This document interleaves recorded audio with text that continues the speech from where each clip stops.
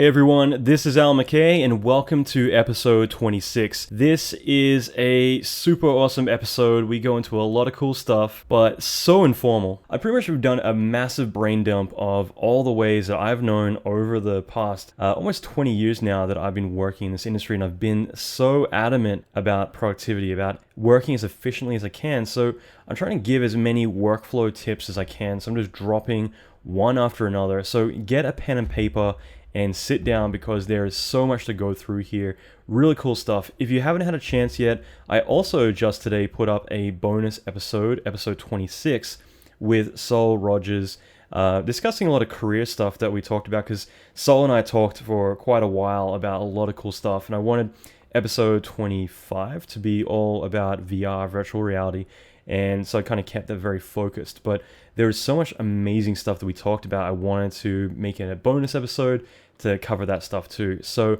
that is another thing. Like I said, this episode is going to be really killer. I am going to Paris in a week to talk at the It's Art Masterclass. So I'm going to be speaking with some other really cool guys. Sol Rogers actually is going to fly out for a day and hang out in Paris. So I think that's awesome that he's willing to fly to another country just to have a beer or two. But yeah, so we're going to be catching up there. I'm going to be catching up with a few of my friends who are animators over there who work on Despicable Me and the Minions movie. So that's going to be super cool. I might also try and interview a few of those guys about some of the amazing work that they've done. But I'm really excited. When I get back, I'm going to be launching the second time ever my Effects TD, or Technical Director Mentorship Program. So I launched this back in December, over 1 week, and it completely filled up. I had to close it down before 1 week was up. So we've been doing live classes. I've been mentoring everyone. We've gone through, it's like an 8-month program, really killer stuff. We've gone through so much already, but it's been cool just doing like live classes as well as all the video content I've been putting up. Typically every module is about 8 hours of content, so it's pretty insane. Lots of cool stuff from RealFlow and everything else. Plus there's about $10,000 of software that you get with the program, which, yeah, everything about it is the coolest thing I've ever done. So I'm going to be announcing the second run ever pretty soon when I get back from Paris, and I'm confident that that's going to sell out very quickly as well, but I'll give you guys a heads up as to when that's going to happen. And this will be a chance for me to mentor you personally for almost a year. In fact, this one is going to be actually for about a year. And so this is a chance that after all of that is done, I'll be certifying you. I'll be actually reaching out to a lot of studios to personally recommend those of you who do exceptionally well in the course to all the big studios. So I'm going to be helping you get work and saying, this guy is the bomb, this girl is the bomb, go hire that person. So that's going to be something else that's really cool that will be coming up. But in the meantime, like I said, get your pen and paper, because there is a lot of really great advice in this episode. I'm exhausted from trying to put in an hour and 45 minutes of just non-stop killer advice, stuff that I live and die by with my work and how I work, how I get my artists I work with to be able to work as productively as they can. Really solid stuff here. So get ready, guys. Let's get in here. Also, check out the show notes after this. I've listed a lot of this stuff in there, really in depth, and lots of links to everything I talk about, as well as lots of other good stuff. So check out the show notes, which will be alanmckay.com/26 for episode 26.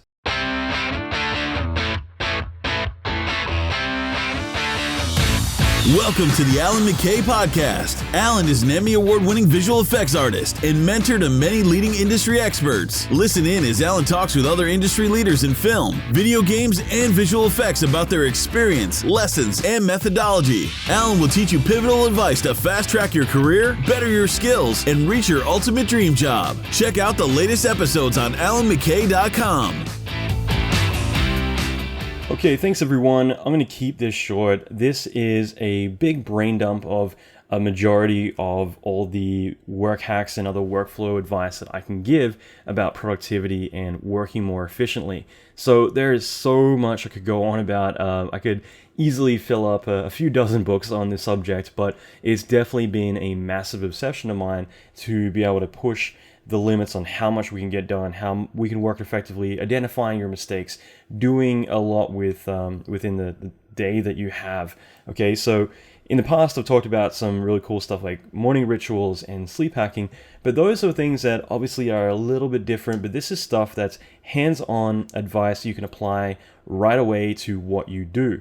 And this is a great opportunity to be able to apply this to what you do to get a lot more done, to get a lot more productivity and output out of your typical day-to-day work. So whether you're a 3D artist, whether you're an animator, whether you're a designer, or in other industries, a lot of this will still apply. So no excuses, just write it all down and start doing it, okay? Let's get in there.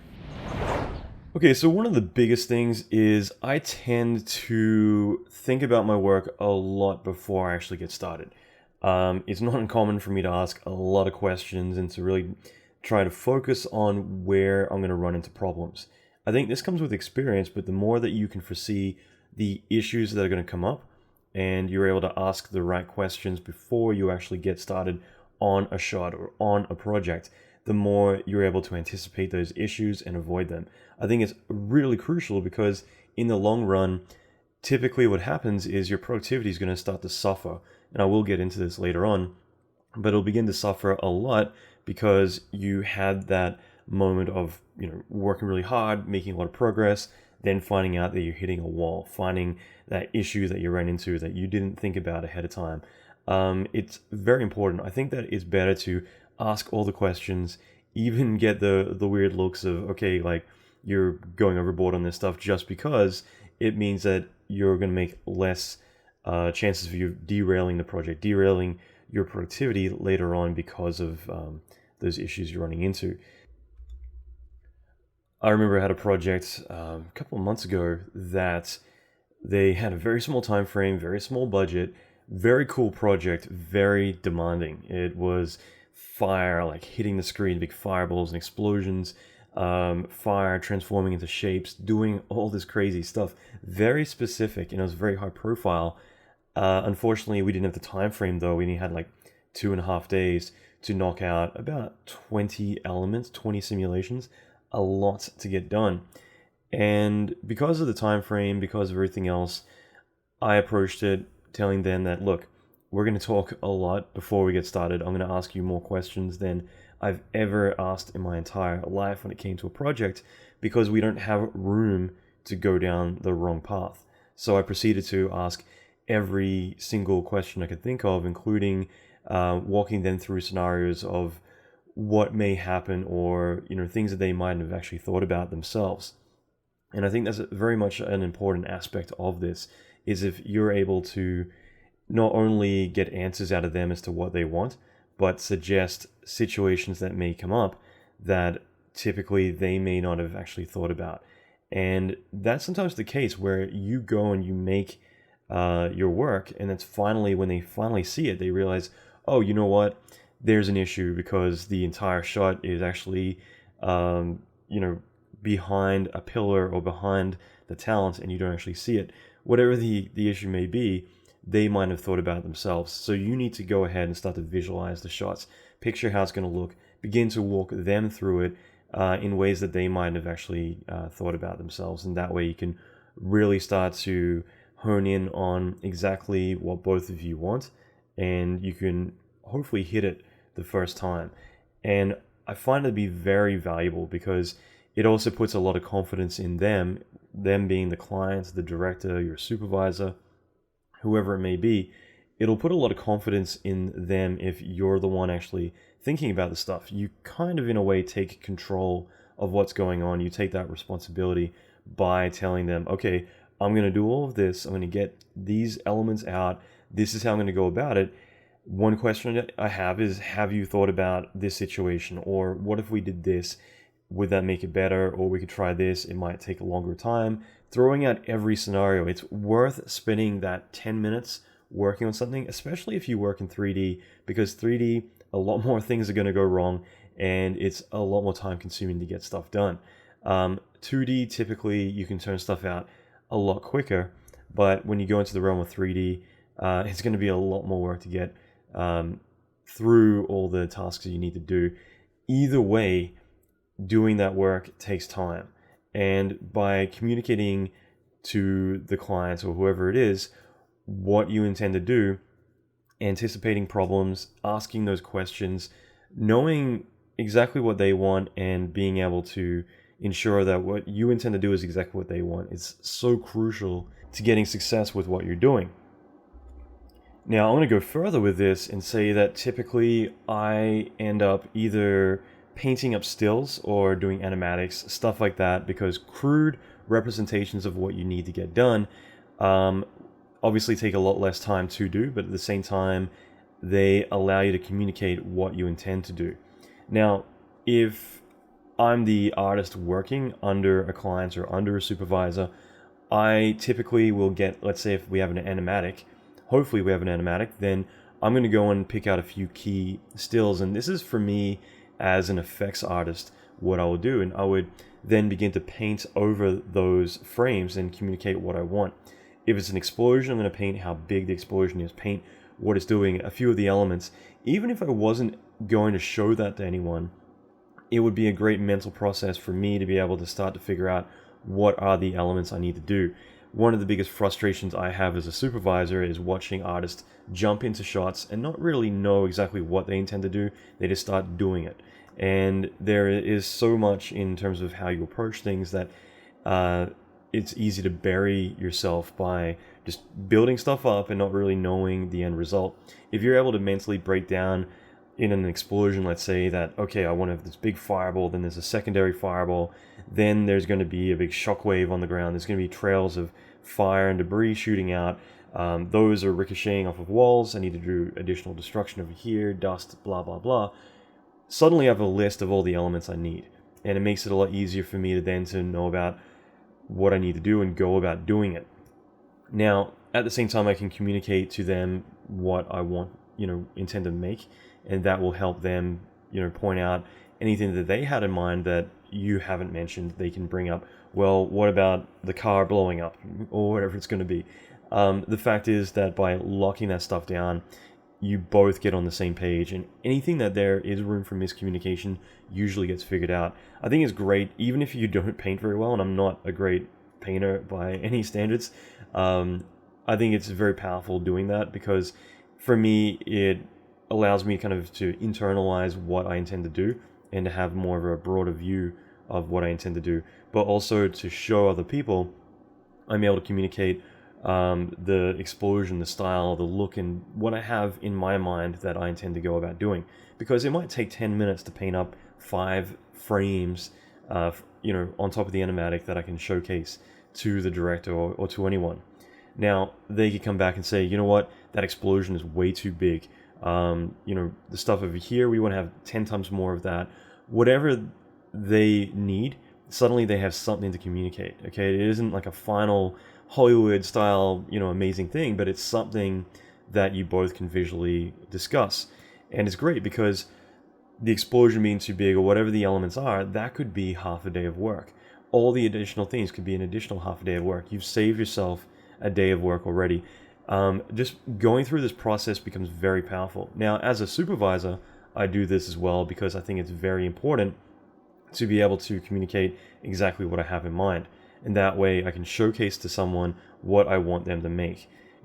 Again, doing a pencil sketch, something simple, it isn't going to, have every single thing that you want in there, but it's going to be something to communicate the size of it, the framing, everything else that you have in mind. And typically something like this might take 10 minutes, but it's going to save you days or weeks of work.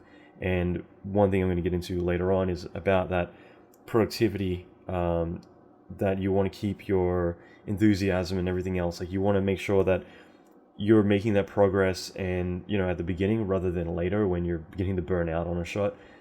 So I think it's extremely important to have that mindset. Now, there's also a lot of gotchas. Typically all the technical stuff are going to be when you're working on a shot, initially, and I see this so much, artists will jump into a shot and start working, and it's not till later on, like weeks into it, when they begin to render their stuff out. It gets in the comp and people find out that the frame lengths aren't quite right, or there's other issues, and it's because they didn't check whether they're working in PAL, NTSC, or film. In other words, 24 frames a second, 25, 30 frames a second, whatever it's going to be. They didn't lock down the simplest of things at the beginning, and they have this ripple effect that affects everything they do, where suddenly the timing, everything that they'd gotten approved throughout the production suddenly is completely off, and it throws everything out. And typically, and I'll get into this later on too, but typically you're gonna get your tasks done right before they're due, okay? And because of that, it means that you're typically going to be at the 11th hour. That's when shit hits the fan, and you're screwed in terms of these little things, these little gotchas at the beginning. So same thing comes for unit scale, stuff like that. You bring in the assets and you realize, wait a minute, my mats and everything else aren't lining up because I actually was working at a completely different scale. So whether you're working in metric or imperials, like inches, centimeters, or meters, whatever you're going to be working with, you need to lock this stuff down ahead of time. So typically I ask all these questions. I ask about lens information. I ask about handles, everything that I need to know. So that way when it comes to getting my work done, I've got a clear idea of every single shot, what needs to get done, and how it needs to be laid out. So very important, because also sometimes the assets you're getting may actually be off, and it's not your fault. It's actually the people that were handling the asset before you. You need to be able to alert them ahead of time when you get their asset, and notice when you check this stuff, it takes 2 seconds, but you can say, okay, your frame rate was off. You've actually been animating at 30 frames a second instead of 24. Something so simple, but if you're able to catch that early on, then you're able to kick it back to them, let them fix the mistake. That way it's not on you, and also you've got time to catch up. These are the simplest of things that can totally screw you. So it's really important to write this stuff down. Typically, I build a tool, like a script, that will check all this stuff and alert me if it's wrong. You can go really overboard and have it plug into a database, so that way each shot is going to tell you what the render resolution, everything else should be. However far you want to go with this, but it's so important just to be able to identify issues that come up early on rather than later on, because it's the simplest of things that can completely and utterly screw you. So what I mentioned before was about the whole progress thing. So, I kind of picture things being a bit of a biorhythm. Pretty much everything that I see, our enthusiasm, the way that we work, our productivity, everything is essentially a timeline with a big biorhythm on it. And so when it comes to your progress and your energy and enthusiasm, you want all of those to be in sync. What I mean is, typically when you're working in a production, you initially start your shot, you're enthusiastic, you're hungry, you're going to make this the best shot in the world. It's going to rock, okay? And then what happens is, bit by bit, you start working down that avenue, that direction that you're heading. Now, not taking into consideration all the communication that I said earlier on, what might happen is you spend days or weeks on it, finally bring it up for review, and find out that it's completely going in the wrong direction to what the director or the client or whoever wanted, okay? And over time, you're going to get changes. You're going to keep changing things. Your enthusiasm for that shot is going to start to go downhill. So finally, when you're at that point where you're starting to make major progress, you finally figured out what the clients or whoever wanted actually wants. That's when your progress starts to really begin to peak and you're actually heading in the right direction. Now, the big problem here is that your enthusiasm is completely crashed. It's plateaued. And because of that, you really just don't care at that point. So typically it's going to take you a lot longer to get up that hill to getting your shot approved, because the will to, or the want to actually get that shot done is pretty much burned out at that point.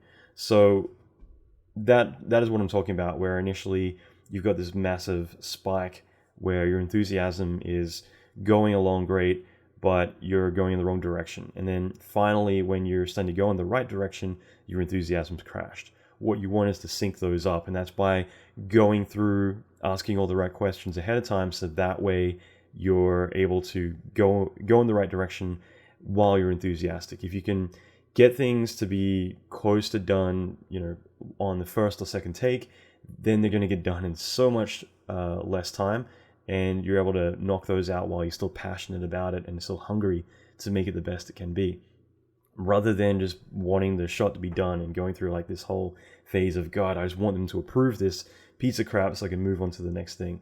That is such a common thing I see, and you don't want that. You want to be enthusiastic always about what you do, and it's night and day massive difference in what you're doing if you're able to get that progress to be in sync with your enthusiasm. So like I said, going back to all of this, make sure you minimize the mistakes that you make, as well as ask all the right questions, even draw up a little napkin sketch of what you're doing to communicate what you intend to do. Even communicate to people, okay, well, I'm going to do this, this, and this. I'm going to show you this. I want to get feedback on it before I move on to these other areas.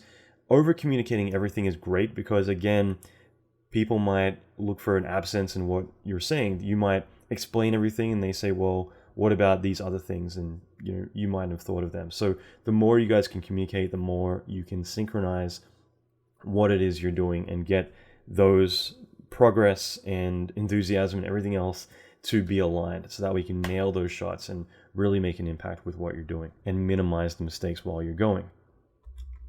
Another thing I think is really vital is actually to wrap everything up at the end of every day that you're working.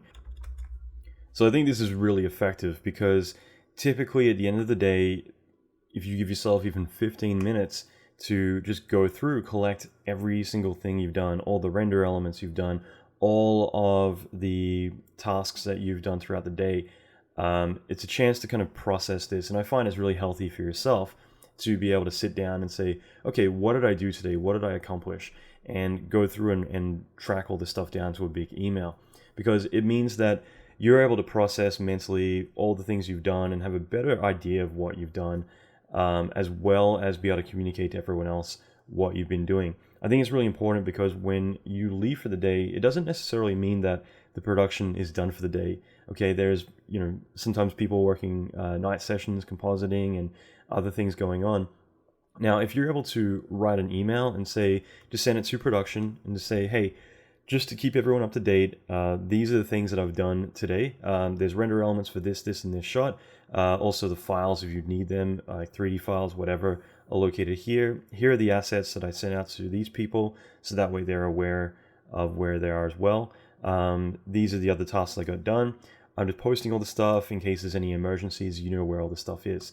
Now, a lot of people may think that that might be spam or sending way too much information for anyone. But in my opinion, typically a lot of email that gets sent out every day is pretty much irrelevant. Like 99%, especially at bigger companies, is going to be stuff that doesn't pertain to you, but it's just emails being sent out to everyone, keeping everyone in the loop. I think it's really important for yourself to be able to cover your butt by being able to send out information of what you've accomplished, because it means that at the 11th hour, literally like 11 o'clock or whatever, near midnight, when everyone's scrambling to get stuff out the door and they cannot find your work, if you have an email where everything is located, then it's easy for them to jump in and say, okay, I think I saw an email that had all this information, let me dig through it. I've seen this a lot where people come in the next day and there's like these massive disasters that happened the night before that involved them. No one contacted them, but they needed all this information and they weren't able to find it. So suddenly, the blame is on you, and things, there's a lot of chaos going on because of that. If you're able to over communicate everything that you're doing, it means that there's no chance for error. It also means that they have everything they need. The biggest thing too is it actually shows how responsible and how on top of everything you can be. And this is really important as well, because like I said, communication is such a key aspect to all of this. So being able to say, hey, I'm the person, the guy or the girl in the office who's actually telling everyone where all my stuff is, what they need to know just in case. Nobody is going to say no to that. No one's going to slap you on the wrist and say, stop sending these irrelevant emails, because all they need to do is skip it. But imagine the disasters that could happen if they didn't actually go and have this email, if they actually needed it when things are at the final hour, when they're backs against the wall and they need to get stuff out. It's such a important thing, and I see this a lot. It's just if they had the information or if they just asked the person. But of course, most of the time people don't think to call and just ask. Personally, for me, I don't mind, and I always communicate this. Like if 3 in the morning, you need something, call me, because again, I don't want there to be some like crazy disaster where people haven't been able to get things done, time and money has been wasted because they're needing something and that person isn't available. Okay, so I think 10 minutes of someone's time, saving them from, very big chaotic situations is well worth the interruption. Okay, so that being said, I think this reflects really well on you. It shows how organized you are if you're able to communicate where everything is and what you're doing. It's also a good bread trail for you because not only have you done that, but it also means that if there ever was a situation where you were being looked at for any negative reason at all, you've got a list, like a complete bread trail that everyone is aware of what you've been doing, and you've got emails pertaining to where everything was, dates, everything else. So there can be those situations where certain places that you work, there may be some disorganization, or there may be catty people who love to blame other people for their actions. Whatever it's going to be, having all this information is going to cover your butt, because you can say, look, check your email, I sent it to everyone, this is where all the work is, this is everything I've done, so I'm in the clear. It's very important to have that, because again, you're just covering your butt and making sure that you're safe in that situation. And as I mentioned before, it actually is very effective to be able to communicate what you're doing, because even though a lot of people mightn't be paying attention to what you're doing day to day, if you're sending out all these emails every single day with like all of this work that you've been doing, bit by bit, they're kind of force-fed all of your achievements, all the hard work you're doing. And it's very hard for people not to be aware of like the workload you have and all the stuff you're getting done if you're updating them constantly on it. I think this is one of the most important aspects of it, because it means that you're essentially advertising to everyone in the studio indirectly. So it's not like you're bragging, but you are saying, hey, I just got all this stuff done. Here's where it all is. I'm really organized. Plus, this actually showcases that I got done like 10 things today. I've had a really productive day. Here it all is. Okay, so it's forcing that to flash into everyone's email and to point out how productive you are and how much you're getting done. So there never can be that, what have you done today, or what have you been doing? You're behind on all this stuff. If they're constantly being force-fed information showing what you've been doing, I think it's very powerful. It's extremely powerful to showcasing how productive you are and how much of a hard worker you are. So again, by doing it this way, by writing an email every day, just saying like, just in case, here's all the stuff, just one line saying, I'd rather, be safe than sorry. Here's all the information just to let everyone know where everything's located. You're able to really advertise like how much you're getting done. And because most people probably are not doing this, it also means that you're taking the initiative here. And it also means that no one else is going to get that limelight that you get to advertise like how productive you've been every single day. I cannot stress enough how powerful this can be and how much it's going to reflect in the eyes of a lot of management, especially how you're doing things a lot differently to everyone else. I started doing this at the beginning of my career at a certain studio that I was at, and it made such a drastic change in how I was perceived in the company. The fact that I was organized and taking care of all this stuff, I've never ever heard anyone be able to negatively say like, stop sending me vital information that may help us when shit hits the fan. So important, so keep that in mind. One of the biggest things is going to be productivity, okay? Getting enough done in your day, getting the tasks that you set out for yourself done. And a lot of time gets wasted day to day as we work. We've got a lot of people around, and typically in visual effects and games, it's going to be one of those environments that encourages it to be a bit free and fun and loose, but at the same time, you need to take a lot of responsibility for the work that you're doing. Typically, the way that I assign my day is I like to think that if I can have 6 hours of productivity, of progress, then that is enough for me. In other words, if I had 3 dedicated blocks of time that I do not allow distractions, and I just focus entirely on what I'm doing, and that's it, then that is enough to reassure me that I've got enough done and I can feel happy about my day. So there's a thing called 30-60-30, and that essentially is like a time frame. It's kind of based on a few different older models that have kind of been revised, but essentially if you could work a 30-minute block, 60-minute block, and a 30-minute block with about 5 minutes or 15-minute break in between, typically about 5-minute break, but then after that take a proper break. That essentially going to give you 90 minutes of productivity, and then you do it again after your bigger break, and you kind of cycle through this flow, progressing throughout the day. How I tend to work, and I think 3D, it's one of those things that I believe in flow, and I'll get into what flow is later, but essentially being in the zone, I think it's very important that you're able to have those moments where you're in the zone, you're in your flow, and you're making that progress, and you don't want interruptions. I think that the 30-60-30 is very effective when you're writing or you're doing a lot more smaller tasks. When you're developing in terms of doing visual effects, doing modeling, whatever it's going to be, I think having larger chunks of time that you can focus is very important. I think 3 hours is great. I think 2 hours is better initially to focus with. So if you were to say, okay, I'm going to have 3 blocks throughout today, 3 times where I'm just going to block out everything. There's no internet, there's no Facebook, there's no chat or email, any kind of distraction. I've got my headphones on. Anyone talks to me, I'm going to tell them politely to go away. I need to focus. Set a timer in front of you, and I think it's very effective. I'm quirky in that sense, but I have multiple timers that I have sitting in front of me, and I'll try and post some information about the timers I use, because I like timers that buzz rather than doing any loud noises, of course. So you can use your iPhone, but I like something that I can have in front of me ticking down, so I kind of feel that pressure of focusing. It's a constant reminder that I need to focus.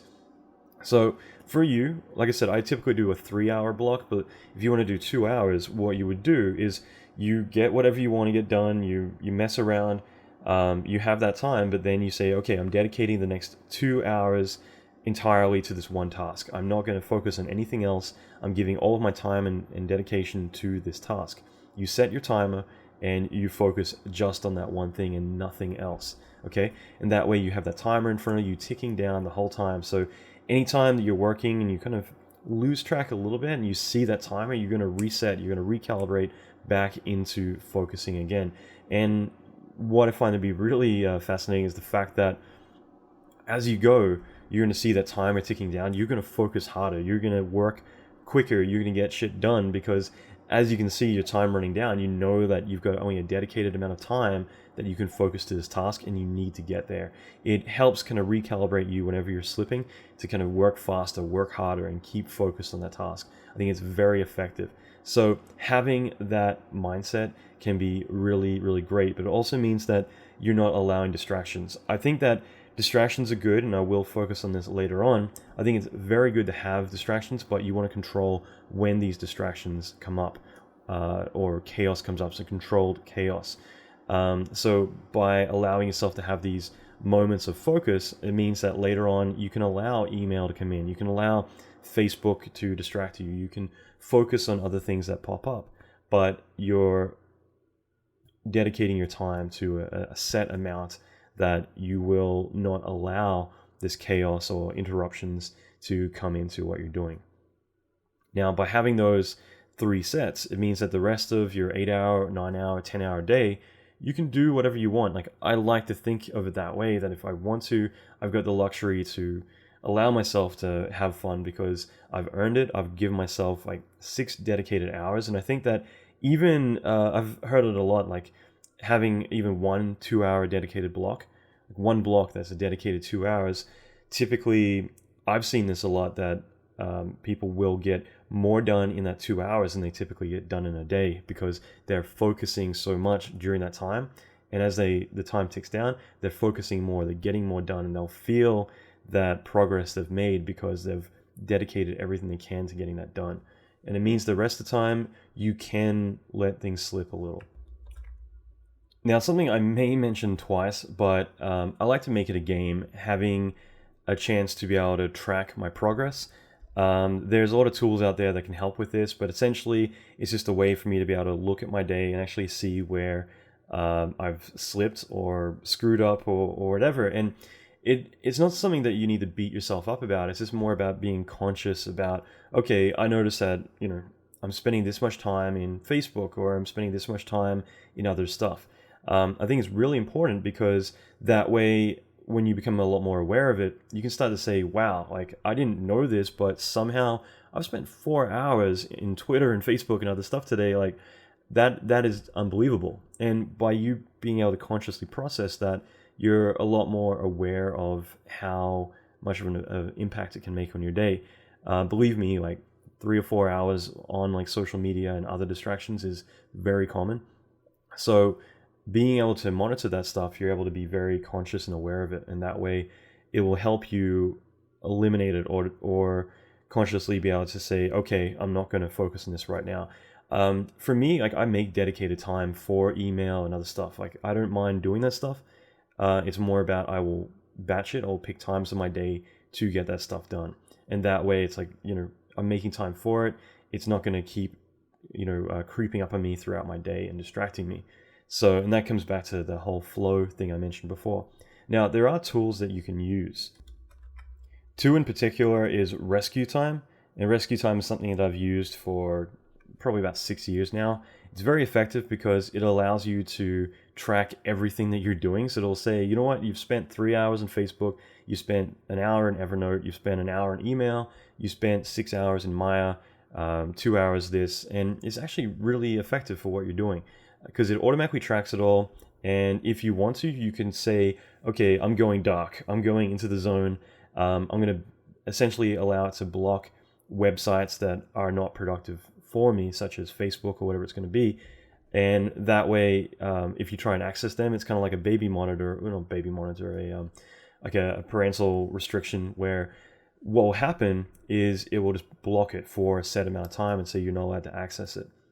Now, I know a few authors and other people who use this extensively, where they only have a set amount of time online per day, so that way they really got to focus when they're online to get everything they need done. But for me, it might mean that, okay, I can just hit a button, say for the next 2 hours, all these things are blocked, so I need to focus. And it's a really good way to kind of restrict what you're doing. Another one is called Time Doctor. Both of these have like free versions, by the way. And if you wanted to buy, I think it's like $5 or something. It's not that expensive. Time Doctor is one that's kind of new to me, but I've been curious to check it out because I wanted to see what else is out there besides Rescue Time, which is a really good one. Time Doctor, this one is quite effective because it will instantly kind of tell when you're not working, when you're not doing anything. Like I'm recording the session right now, it's actually seeing me as being idle for the last 31 minutes because I haven't been touching my mouse or keyboard. But it's asking me, am I on a break or am I working? But it basically means it's going to track everything that I do. So it'll track when I'm potentially on a break, or I actually find it funny if I pop into a web browser and I'm browsing the web, it'll ask me, okay, is this work related or are you on a break? So everything you do, it kind of forces you to kind of admit where you're slacking off. But it's great because I can log everything I'm doing. In a way, how it works is that I can type in the task I'm doing, hit go, and when I'm ready, I can hit break, or I can say I'm done. And then you can go back to that task again. So it's really great for freelancing or stuff like that, where you want to log your hours and your time. But it can be really great to log specifically what shots you're working on, whatever you're doing. And so this is one I find to be quite effective. And you can kind of use both Rescue Time and Time Doctor together. Like they don't conflict in that way. So I'm finding like Time Doctor is kind of new to me, but I'm already kind of really enjoying it just as a fun way to log what I'm doing, the same way that I log my sleep, the same way I log a lot of stuff that I do. So it doesn't get in your face too much, but it's quite effective. Rescue Time, I like it because you can block stuff out. I think that could be really effective to force yourself a little bit. Plus, it also tracks everything you're going, every website, everything, not in a bad way. Like, this is personal to you. It just means that you can start to understand, wow, I spent 3 hours on this website, on Lanebook or something like that. So it can be kind of cool in that sense.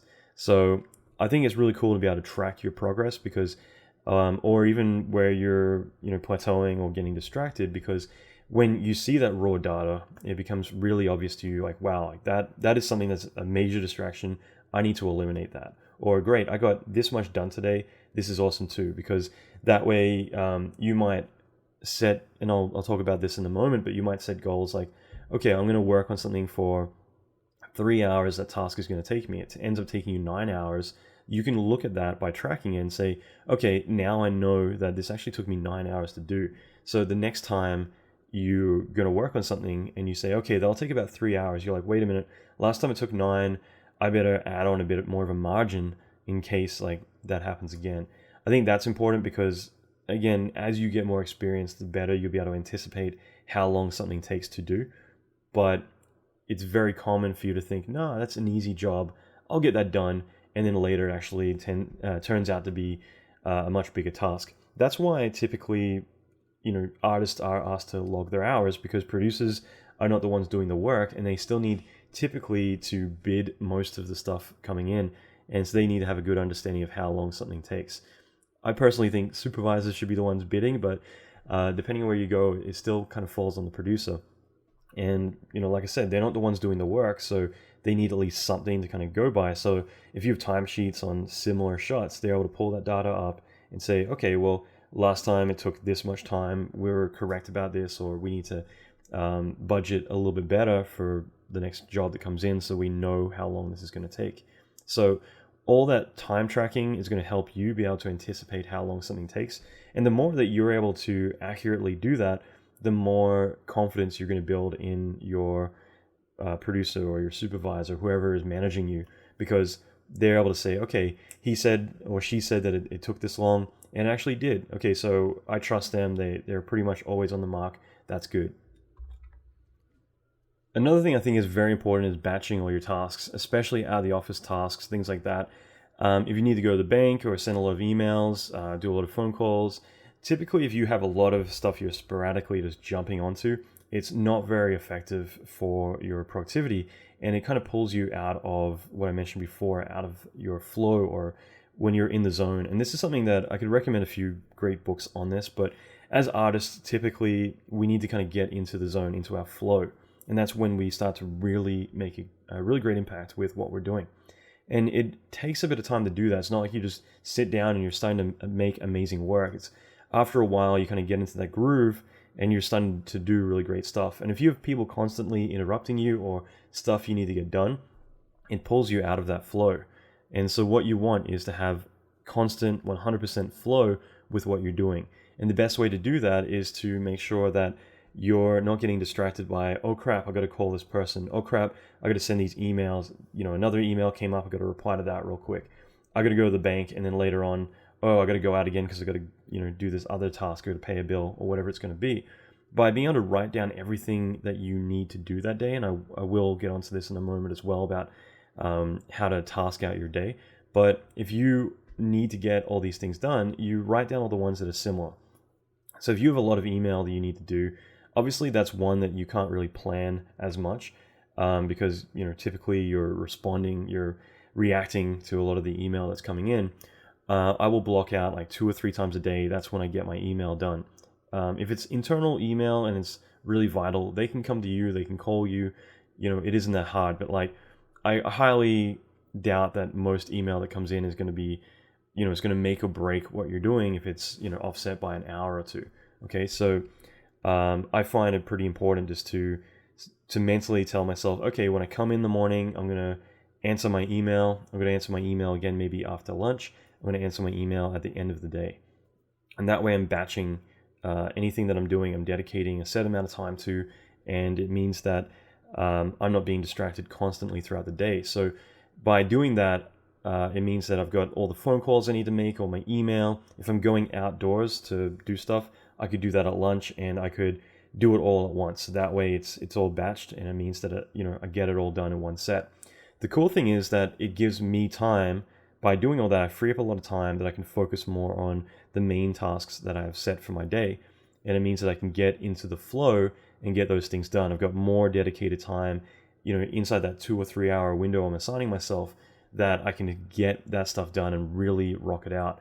The cool thing too is the fact that when I'm doing my email or making all those phone calls, I will get into the flow with those. I will start to get all these emails done really quickly because I got into the zone with those and I'm able to knock them out because they're all bashed into one. So everything you're doing, you start to have that flow. You start to get things done a lot quicker. It becomes really powerful for what you're doing. Now, one thing I'm going to mention, which may sound a bit crazy, and I'm sure some of you are going to react to this as being something that, it doesn't apply to everything or everyone, but there's going to be times when maybe outsourcing some of your tasks actually can be really effective. Again, I hesitate on this because I don't want to alienate anyone by saying something like this, because it's very easy for people to react and say, okay, well, Alan, you can do that, but I might be able to afford to hire like a virtual assistant or something like that to help with my tasks. One thing I do find that's very important though is that I will always look at my worth of like how much I need to get done and what I need to actually get done myself. So there are going to be times when maybe if I need to go pay a bill, and this is something that happened a lot on Halo, me going and taking an hour and a half to go to the post office, line up, and send a check and come all the way back, especially if I didn't have a car, get all that done, it might take an hour and a half, 2 hours to do. Meanwhile, I've got deadlines after deadlines after deadlines. So I find it to be really important to actually say, okay, well, maybe I could get someone else to do that for me, and I could pay them $8 or $10 to go and do that thing for me. Meanwhile, I get to focus on what's more important to me. Okay, so you need to kind of see it like, okay, is it important that I do that, or is it more important that I get this other stuff done? Which would cost more in the long run? Paying $10 for someone else to do something, or me taking 2 hours out of my time when I have really crucial deadlines we need to deliver today? So this isn't for everyone, but in the US, there's a service called TaskRabbit. It's not in every city yet, but it's very effective. You can go online and assign tasks that you need done, and this could be anything. But for me, getting a letter mailed or something like that, where I need to dedicate set amounts of time, like hours, sometimes to certain things, it may cost $15 for someone else to do it, or to drive across town and deliver something, whatever it's going to be. I can save a lot of time and a lot of money by getting that person to do it. At the same time, like having a virtual assistant, again, not for everyone, but this can be really effective, because it doesn't mean that you're paying someone like thousands of dollars a month or anything like that, but having someone you can hire the services for here and there can be really effective. So for me, having someone, you pay $10 an hour, $8 an hour, whatever it's going to be, for them to be able to like go on the phone and call up a bank for you and argue about some bank issue you're having, that might mean that I can go and get my stuff done and get paid my hourly rate, and be able to get that stuff done without needing to break out of my flow to go and take care of these tasks. So, it might be a fun thing for you to try and experiment with, which I honestly think is important that you try this, because it'll teach you to get more into the mindset of delegating and be able to, not just do everything yourself. And that will ripple through into the work that you do as well. And I think it's a good management skill to have. So for fun, putting aside $50 a month, which isn't much for most people, it's typically a phone bill or something like that, or less than that even.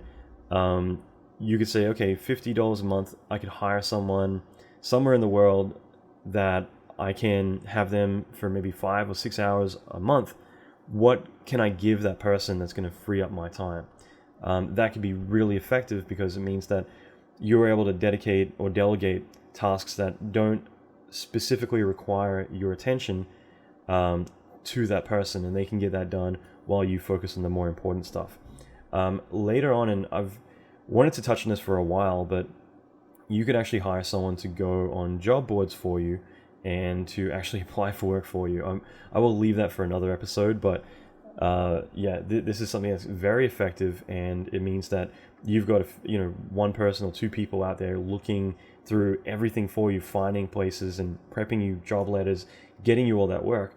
I've seen people being able to use this very effectively, so there is no shortage of ways that you can be quite effective in doing this sort of thing.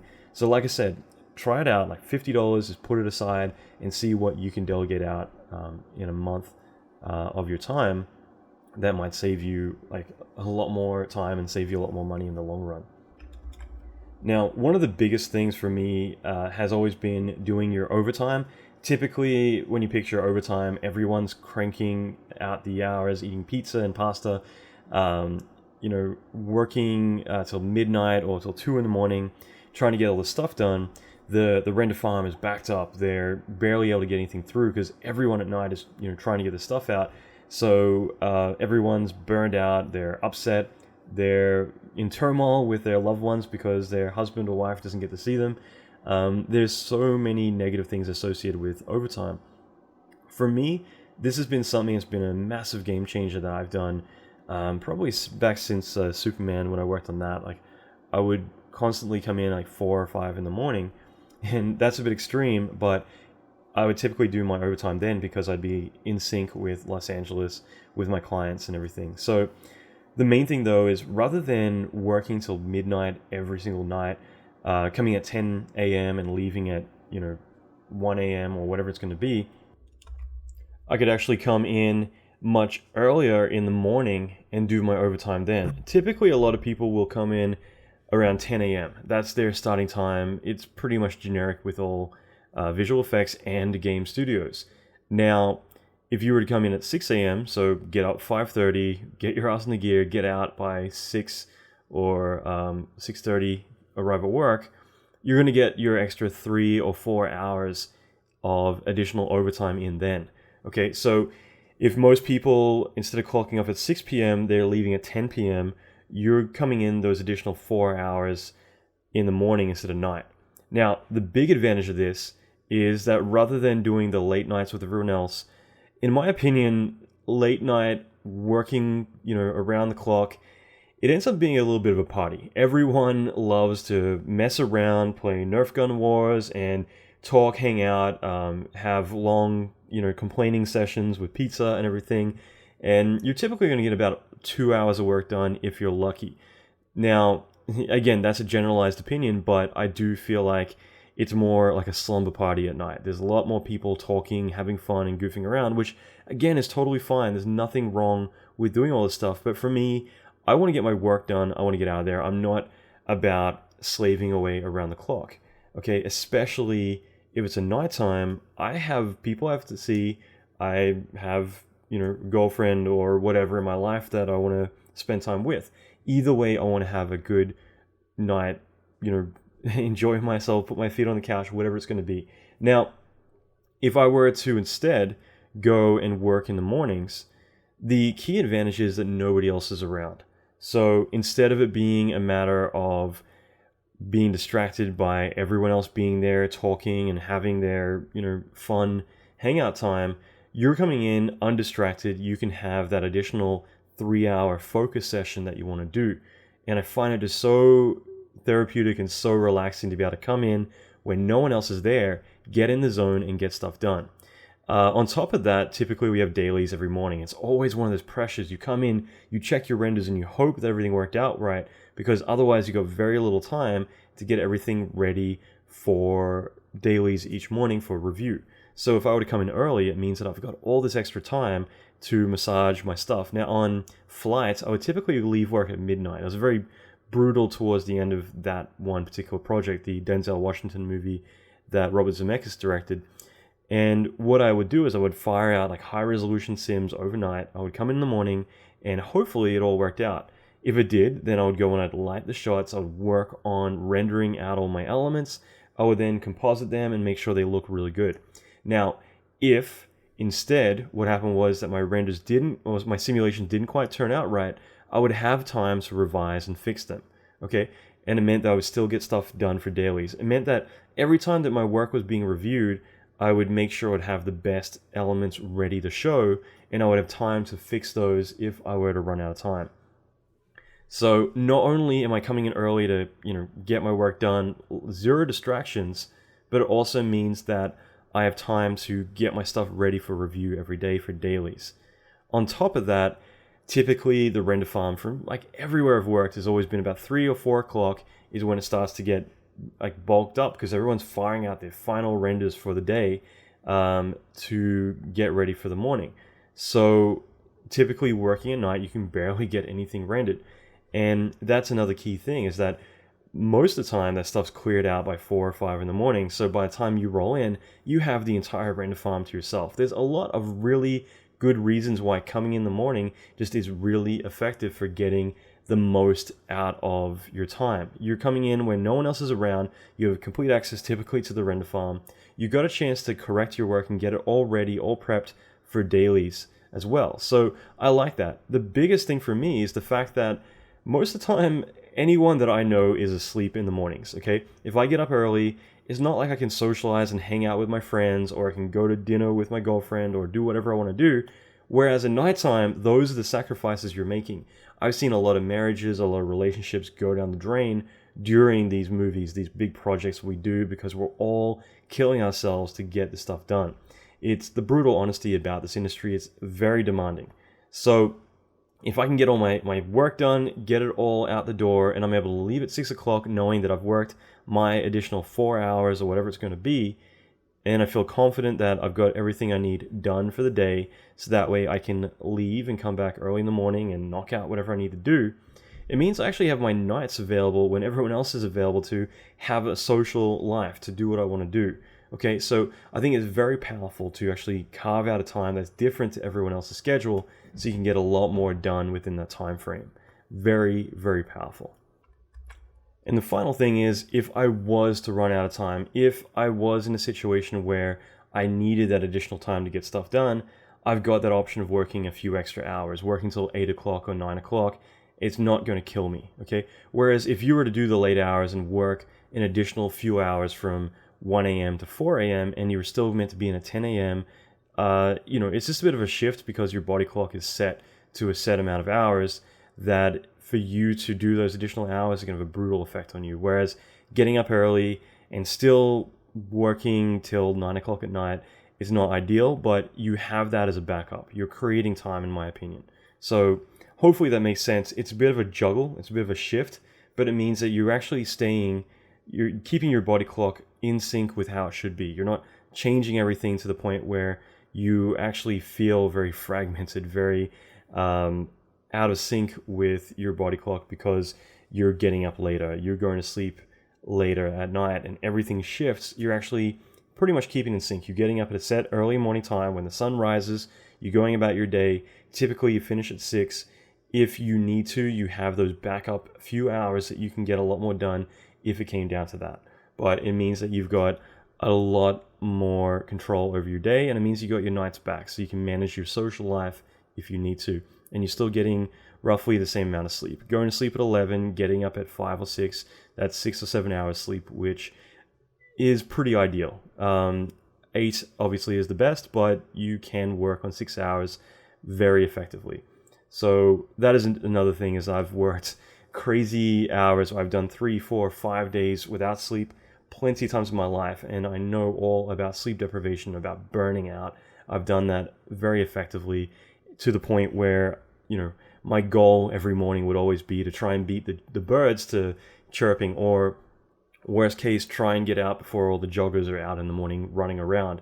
The amount of times you loathe yourself, you regret everything, and you're just not in touch with reality anymore, is these times when you're working insane hours, you're burning yourself out, and there's nothing really to show for it, because the amount of mistakes that you're making, the way that you're functioning is just literally running on fumes.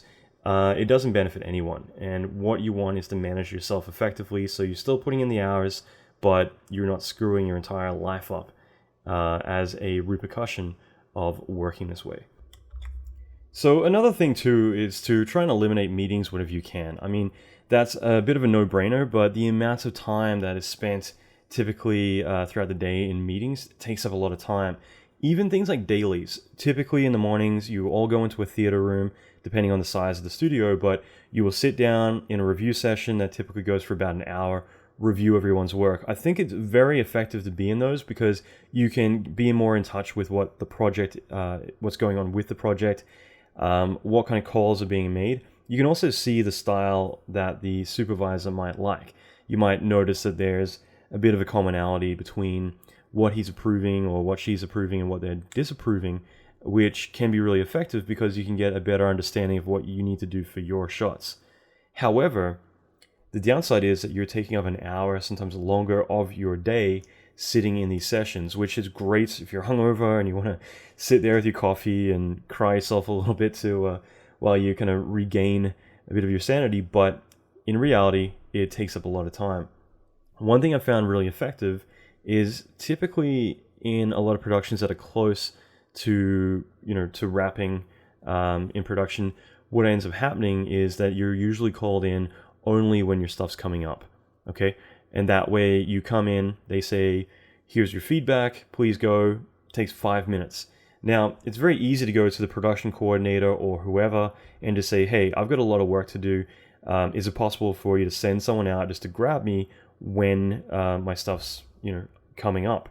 And it's very easy for them because they know exactly what's coming up in the editorial to say, okay, whoever's like leaving the room, can you just quickly go and grab Alan? Then you just come in and check out your stuff. Suddenly you've given yourself an additional hour, possibly more a day because of that. I find it to be very effective. Another thing that I love, and I've seen this here and there, was rounds. And this came from the guys at the orphanage I used to work with. They would always do rounds, which was very effective. And what that meant is that you might initially do dailies in the morning, but then later at the end of the day, rather than doing another dailies or something like that, typically the supervisor and the producer would just go around desk to desk and look at everyone's work. I like that because you got more one-on-one experience. You got more one-on-one time with them. You're at your desk so you can actually show them what you're doing and talk through more maybe the technical side of things. So it's very easy to kind of go through a lot of stuff and have that one-on-one time. And of course, it's only going to take up a few minutes of your time, whereas ideally for them it's about 2 hours of their day, but they get a massive, massive improvement in everyone's work because of that. So I've always found doing the rounds at the end of the day can be a really effective way to manage a team. So either way, eliminating dailies as much as you can is going to save a lot of time in the long run. So keep that in mind. Another thing, I already touched on this a little bit, was communicating to everyone what you're doing. I find this can be very important, is just to let your supervisor know whenever, let's say, somebody else, your producer or whoever, somebody else is assigning tasks. It really depends on the structure of the company, but I see this a lot. I see this with other people that go through the situation, which can, in the long run, be really damaging, is that if you have 2 or 3 authorities, 2 or 3 people who are managing you, who are all giving you individual tasks, what you need to do is make sure you assign one person who's being your supervisor, your manager, whoever it is, and keep them in the loop with everything you're doing. It's really important because you might be working on something, someone else comes along and says, hey, by the way, you need to go do this as well. You're working on that, your supervisor doesn't know that you're working on that, and eventually after they both are kind of dumping lots and lots of tasks on you, your productivity starts to deplete or go down a little bit. Now, in their eyes, they're seeing that you've got a set amount of tasks and you're getting them done not as fast as you should be, when in reality, you're actually working twice as hard because you're pleasing 2 different people. I mention this because there's going to be at least 50% of you who are in this situation. And it's really important to make sure you keep your supervisor in the loop, so that way they're aware of what your workload is. And that way, if someone comes and says, do this, you can simply say to your supervisor, hey, just FYI, so-and-so came over to me and they need me to jump on this stuff, so I'm going to be doing this in addition to this other stuff. Now, if they're being really demanding with what they want, then you can easily say, okay, sounds great. Let me grab my supervisor just because I'm doing stuff with him or her as well. So that way we're all in the loop. That way you're not offending anyone, you're not second guessing anyone or undermining anyone. That's the number one thing I find whenever I talk about this. People are always afraid that if you go and get your supervisor, that somehow that, or your producer, but somehow that is going to make you look like you're, second guessing what they're doing or whatever. And it's not. You're basically just saying, hey, I'm just going to grab this other person because they're assigning me tasks as well. So I think it'd be great if we're all in the loop. And no one's going to fight over that. Everyone's going to say, okay, no problem. The good thing is that way everyone is understanding what your workload is. And if they're asking for ridiculous stuff or things that are going to conflict with what you're doing, or worse, they're asking for things that later your supervisor is going to say, why did you do it this way? Which I'm referring to a few recent events where I've seen artists go through the situation. that way everyone again is in the loop, and if there's any kind of conversation about that, your supervisor, who you are essentially the one answering to, they're able to call them on and say, look, I need Alan or whoever for all these other tasks, or we need to do it a certain way because otherwise it's going to cause problems. Essentially, they're going to need to bat for you because essentially you are they are the person that you're going to be reporting to, and so they need to be in the loop about this stuff, because otherwise you can look stupid in the long run if you're doing things a certain way because you're told to do it, but ultimately it's because your boss or someone told you to, but your supervisor isn't aware of it. I mention all this because it's very important, and I see it a lot lately. I've also talked with a lot of people recently who run through this issue quite a lot. I remember on a Halo project I did well over 10 years ago. It was Halo Wars. I was working on that as well as Bioshock, 2 different projects, 2 different producers, and it got to a point where I was working probably about 120, 130 hours a week, and I had a lot of pressure on me. And it wasn't finally until I snapped on one of the last days of delivery on Halo, and I said look, I just need to focus on one project for one day. Let me just work on one or the other. I can't do both. And that's when the producers were both like, what are you talking about? They had no idea that I was actually booked on another project. So producers aren't necessarily going to communicate. Other people aren't going to necessarily communicate. If you don't communicate, then they're going to keep laying work on you without being aware that maybe you have other things going on. So the more you're able to say, okay, sounds great, just FYI, I'm doing this, this, and this, and tell both parties, it means that everyone's in sync with that, they're aware of it, and that means you can manage everything around it. So if you do have 2 projects going on, at least that way they understand, so that way it doesn't look like, okay, it took you this long to get this done, but you're actually getting twice the amount of work done. It sounds trivial, but it's actually something that I see so often. I want to mention this. I think it's important that you are aware that these situations happen, so that way you are aware of how to approach it when those situations do occur.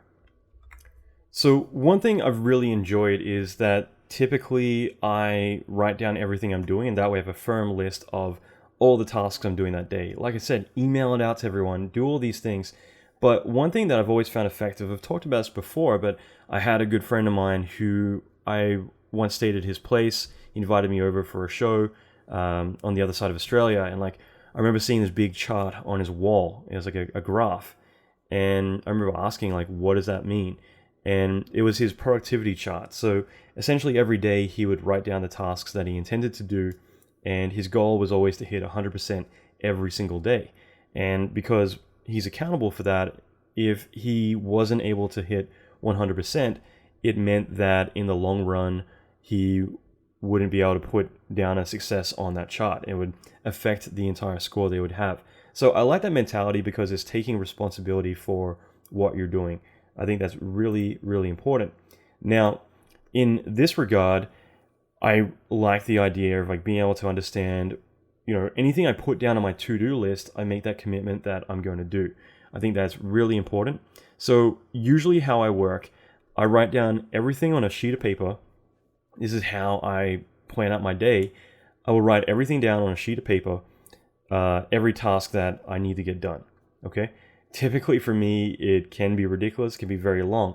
Now, that's the good thing, is that in the past, I've written down what I need to do and I keep adding to it. It ends up being more of a brainstorming chart. And by the end of it, I have so much stuff on my to-do list for the day.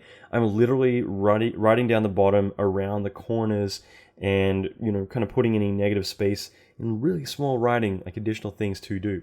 Obviously, the downside of this is you don't know where to start or how to prioritize the stuff. But writing on your left side of your page, just everything you have to do that day, okay? But then on the right side of your page, you then go through and you prioritize, okay, out of everything I just wrote down, what is really crucial? If I could only pick 1 or 2 or 3 things, what would I put down, okay? So as I mentioned before, batching all of your tasks, writing down, okay, over here, here's the emails I got to do, or here's the phone calls I got to do, here are the errands I got to run. Batch that stuff up. Only put the stuff down that you are 100% committed to actually doing. So if you think, okay, realistically, I'm probably not going to get around to this, don't put it on there. Leave that alone or outsource it. As I mentioned, pay $8, get someone else to do it, whatever it takes, but get only the important stuff that you need and put it down there, okay? And for me, it took me a long time to make that commitment. I'm happy to write all my stuff down in my left column, but for me to have the live list, it was more important for me to say, okay, anything I put on this side, I am making the commitment that I will get it done, okay? So I don't want to set myself up for failure. It's very important that I only put down stuff that I think I can actually get done. Otherwise, I'm just going to line myself up for failure. Now, it's really important that you do get all this stuff done. Otherwise, it will have a psychological effect on you. It will make you feel demotivated to an extent. You're essentially going to look at yourself like, okay, I had all this stuff, I didn't get it done. You want to make that commitment. You want to be accountable for your actions and say, these things are going to get done. At the same time, like there is that a bit of a psychological effect of you feel great about yourself when you mark stuff off your list. And you can read up about this. There's actually science to say, yes, you are releasing endorphins to every single time you cross stuff off. So you want the success of having that because it's going to motivate you to keep going. But more importantly, it just feels like, okay, I'm making progress. So again, set yourself up, like rig the contest, make it so that way you are going to have a 100% success rate. I'm more happy to put less on my to-do list and get through it all, and then by 3 p.m. or 4 p.m. say, great, I actually completed everything on my list. What else can I put on here? And selectively put a few additional bonus things on to get done that day. Okay, so like I said, you're rigging the contest. You're rigging it so that way you are going to win, and that's what you want. So pick the 1 or 2 things that you know are really important that you need to get done that day. Do not overcomplicate your day. Then put down the other tasks that are minimal that you can batch together and knock out in a little bit of time. Now, the important thing here, and this is something that it took me a while to realize, but it is so effective, is once you've written everything down on your right column, your live list, from there, it's a matter of going through each item and assigning how much time you estimate each task is going to take. Now, to me, this was the most powerful thing I could ever do, because what it meant was that I could see, okay, this task is going to take about 3 hours. This one here is about 45 minutes. This one is about 2 hours, another one 4 hours. Bit by bit, I could break down every single task. I could get a good understanding of how much time I'm going to allocate to that task. The cool thing is that once you've done that, you can look at it and say, geez, this is actually about 14 hours that I've allocated here. There's no way I'm going to get it all done. And also keep in mind that you need to have that margin for things that are going to go wrong, or people coming to your desk, unexpected meetings, other crap, which is why I like the idea of that 2 or 3 hour dedicated window, which is where you're allocating time. Very important, so that way you're only assigning stuff that you can fit within that 6 hour window per day out of your 8 hour window, okay? So be able to adapt and be dynamic about this, but if you have an 8 hour day, only assign a 6 hour task, okay? Only assign the amount that you have a 2 hour margin in between for everything else that's going to go on. Now, in that 6 hours or whatever it's going to be, if you have allocated a 15 hour day because you're coming in early, staying a little bit late, great. Make it about a 13 or a 12 hour day. Get that stuff done. Like I said, a lot of people who have the 2 hours of focused time get more done typically than what people will do in an 8 hour time window without that focused time that I mentioned, with setting a timer and having dedicated, focused, non-distraction time. Okay, so either way, having that allocated time is very powerful, because it's so easy to realize, okay, I've assigned too much stuff. That's when you need to move stuff back onto the original list. Take stuff off of your list. Okay, I do this all the time. It's very much my daily ritual now, where I write down everything because it feels good to do a brain dump of everything that you need to get done. But then you selectively and confidently put down only the things that you know you will get done and that are the most important, the things that absolutely need to get done. And like I said, if there's time, you can add more to it, but do not set yourself up for failure by adding too much on there. Going through and then adding together the amount of time it takes to get all this stuff together, allocating task by task how long it's going to take, you might confidently realize, great, I'm going to get through this stuff, awesome. I'm not going to add more on, I'm going to get through this, then I can go back and add all my bonus stuff on. But if you were to look at it and realize, holy crap, this is way too much time, I can't realistically get through this in a day, you're not going to set yourself up for failure. Take off the things you don't need, or like I said, pay $8 or whatever it's going to be and outsource those tasks so you can get that success rate. So if you had that chart that I mentioned, you could mark off 100% every single day. And it's going to make you feel good, feel more confident, feel like you're winning every step of the way. And you can add more stuff on if you have time. So selectively add on what you can. This is important too, as well, with jobs that are assigned to you. If you look at something and you think realistically that a task, a schedule, the schedule you've been given is too little a time, do not just say, okay, great, I'll get it done, and then work around the clock to compensate for that, or worse, fail and not deliver when you promised you would. No one's psychic. Everyone's going to assign with the best educated guess they can. If you simply say to someone like, look, I'm not comfortable with the allocated time that was given for a task, then you have a conversation you can take in a lot of different directions from there. But if you don't communicate to anyone, hey, you've given me a 8-hour task or a 2-week task that's really going to be a 2-month task, that's on you if you agree to do it and you fail, you don't deliver.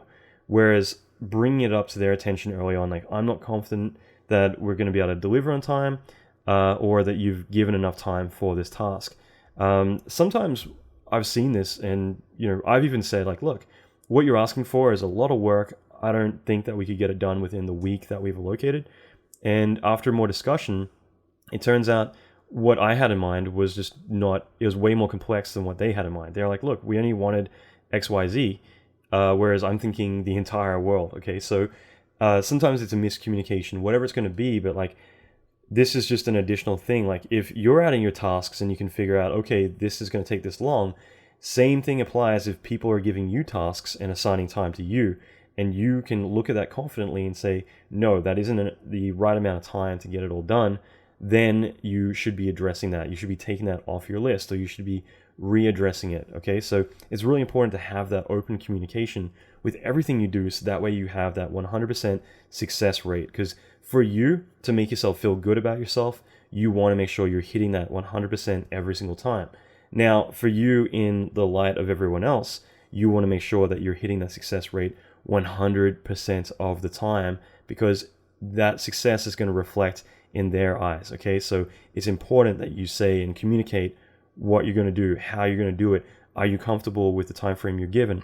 Otherwise, if you don't deliver, if you say you're going to do something and you don't follow through with it, that is going to be a permanent thing. It's going to affect how people see you. So communication in this respect is very important. Same thing with having that live list that you can always add to, but you can't take off once you commit to it. So make sure that you dedicate the amount of time to each single task, and then know that you can comfortably go through with it. Very important, so that way you have that 100% success. Another really effective thing is Parkinson's law, which essentially is that work expands so as to fill the time available for its completion. In other words, a task is going to take as long as you have assigned to it. If you have a week to get something done, it's going to take a week to get it done. Okay, 99% of the time, this applies really well to it.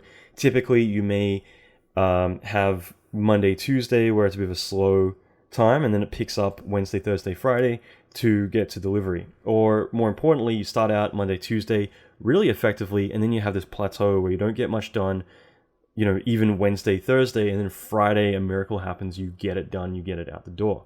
Okay, this is something that happens all the time. It's very much a reoccurring theme.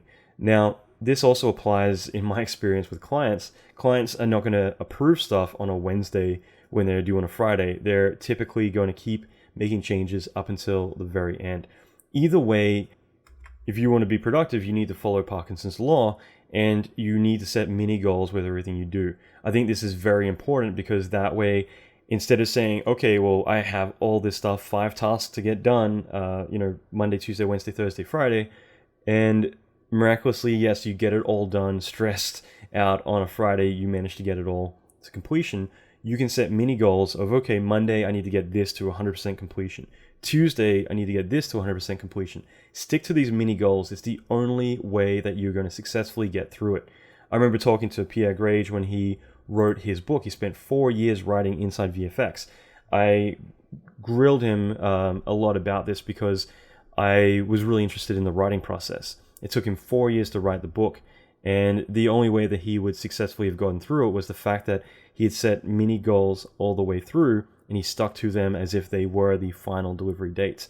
I think that, again, is just such a powerful thing to take and apply to what you're doing. If you say, okay, no matter what, I'm going to get this stuff done, I'm going to get it in front of the director, I'm going to get feedback so that way I can move about the next few phases, do this as early as I can, this is going to help keep that productivity up. You want to keep that momentum, you want to keep pushing forward.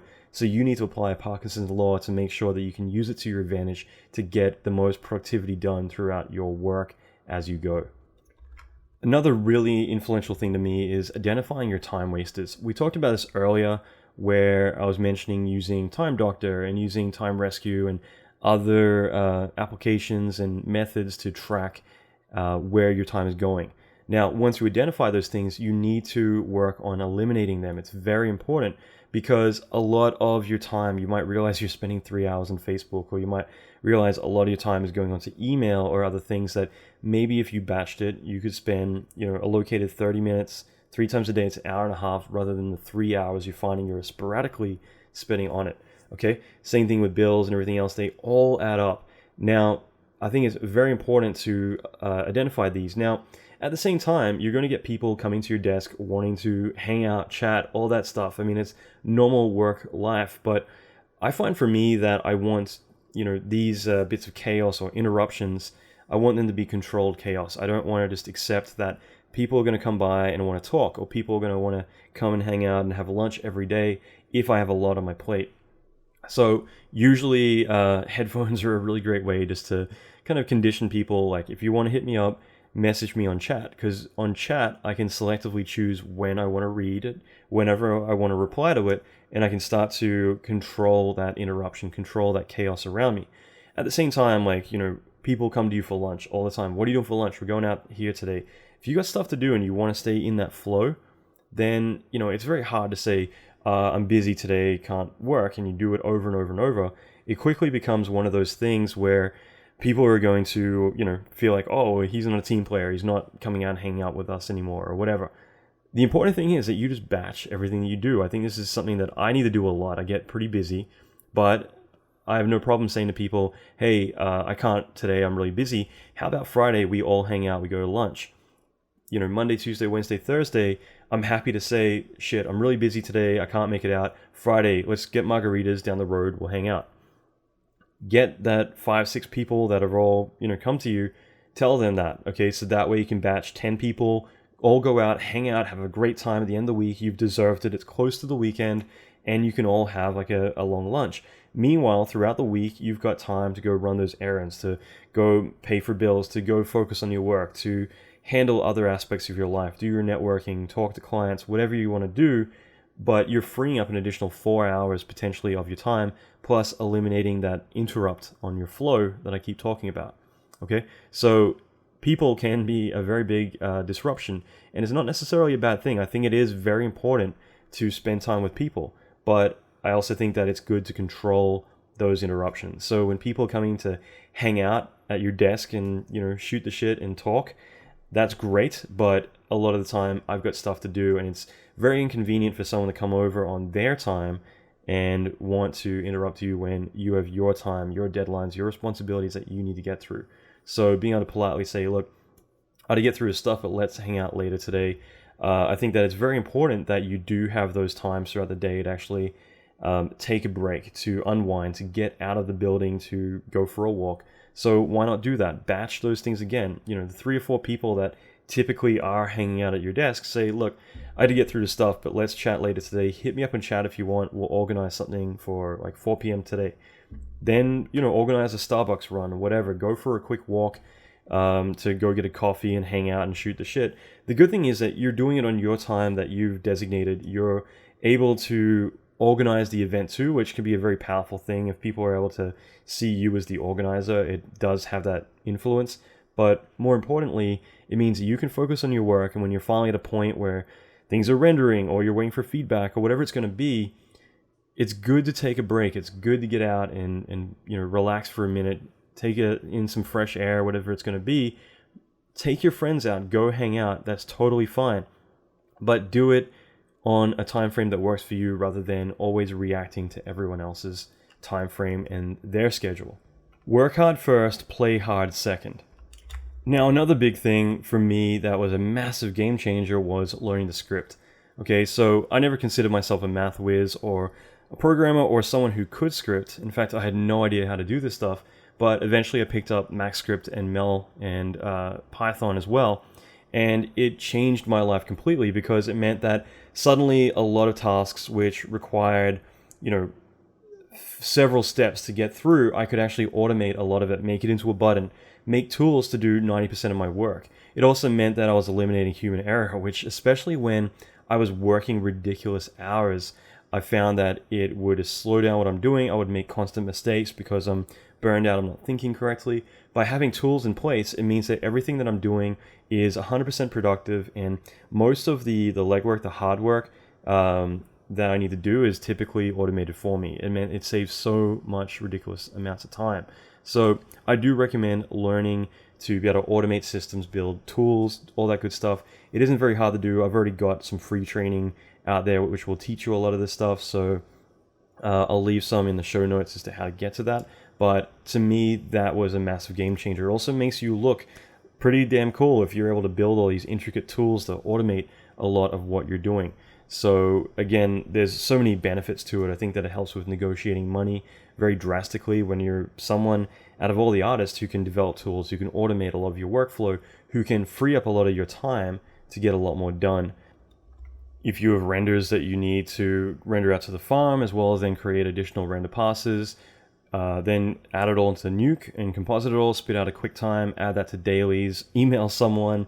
All that stuff is a one big process. Whatever it's going to be, you can accumulate all that into a tool. So it's just a one-click process. It alerts people, it creates files, it constructs max files, or does a lot of your work for you, builds directories, all this good stuff, names it all for you based on the versioning that you've set up, everything that you want. I really love the power and flexibility that I feel like it's definitely made me a lot more capable because of this. So very, very powerful.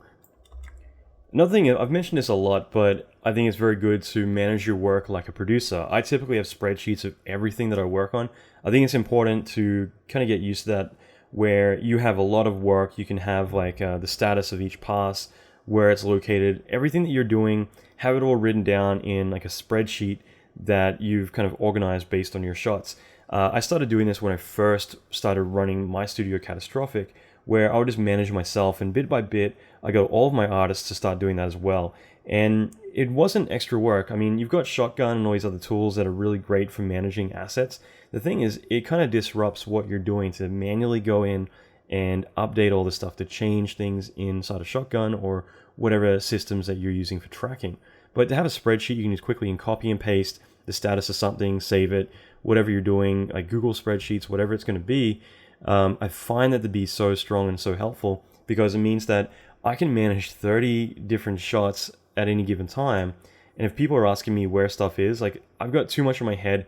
I don't have time to kind of like remember, okay, what am I doing right now? If I have a spreadsheet, I kind of manage to switch off and just trust that spreadsheet to tell me like what I'm currently doing, what the status of things are. I can check on it constantly, see where things are, and check on it all the time. But what I also find effective is that people don't need to come to me as often, because they can just check the spreadsheet. Like supervisors, compositors, producers can say, okay, where's this element, and to see the spreadsheet that I've made, and they can load it up on their machine, and they can see where everything's located. It's a little bit distracting from the bigger picture of Shotgun and everything else, but while you're managing so much stuff, it's easier than making mistakes by having it all written down in a way that's a bit more effective for group sharing. I find it to be just as good as using a notepad or anything else, but the cool thing is that it literally is built and structured a certain way, and other people can access it, so that way they're not coming to you, where is this element? They can see, oh, I don't need to bother Alan because I can see it's rendering right now according to his spreadsheet. And I have like little presets of everything. I copy and paste like what status it is, so little colors, whatever else. I mean, it sounds kind of ghetto these days, because this is a method I would use 10 years ago, but it's still effective and I still use it today. And it's great as like a middle ground before I have time to stop what I'm doing and go and add it all in the shotgun. But even then, it's a lot easier to add everything in the shotgun because I have all that information ready to go in front of me rather than having to go and fish for it all. And another thing that I've found to be really, really cool was that, again, I built this as a tool, but you can do it all yourself. Either way, like on Transformers and a lot of other shows, I would create like an eye candy folder. And what that would be just anytime I did a play blast or a preview, anything that I'm working on, I would save it all out to that directory. So everything that I did, I would be constantly letting it write to that eye candy directory. And it meant that I had a copy of every single preview or play blast or whatever that I'm working on. And it was really cool because it meant that I've got stuff to show if a client was to say, hey, we need to see stuff, rather than having to stop everything and put together a presentation of all the work that we have. I could just dig through there and find all the cool stuff that we have and be able to start sending it out to them. Okay, so it meant that we wouldn't interrupt our flow, we wouldn't interrupt our entire studio and what we're working on. God of War was a really great example of this, but it also meant that I've also got a record of everything, the progress, which is really cool for making of stuff down the line, as well as just to kind of like see how the shot started out and where it's gone to. Okay, so one thing I found to be really effective for me was that I would constantly, whenever I'm kind of like in a bit of a rut and I need a bit of a break, I would just go into my eye candy folder and start looking at what I'm working on and reviewing my work, because it would help me kind of see what's missing or what is it that I'm trying to get that isn't quite there. And the cool thing was, if I were to start from like the beginning of a specific shot and play the 100 quick times or whatever I had built, it meant that I could play them and I could see the progress each time, like going bigger, bigger, bigger. And then I would hit that plateau where suddenly there's 10 versions that might look identical. And I could easily see, holy crap, like I've kind of hit that plateau. I'm not actually progressing as quickly as I should be. Time to pick up the pace, time to get back on track. And it's really good to be able to tell when you're in a bit of a slum, when you need to kind of pull yourself back out and get back on track. So I like being able to like visually identify where I've actually hit that plateau, and all the work that I've been doing for the past 2 hours looks identical. I'm just tweaking values. I'm not really making much progress. So, you know, it's something that you don't want to kind of show yourself or alert yourself that you're doing, but when you're real with yourself and you're able to say, look, okay, I haven't actually made any progress in the last 2 hours. I'm just spinning wheels.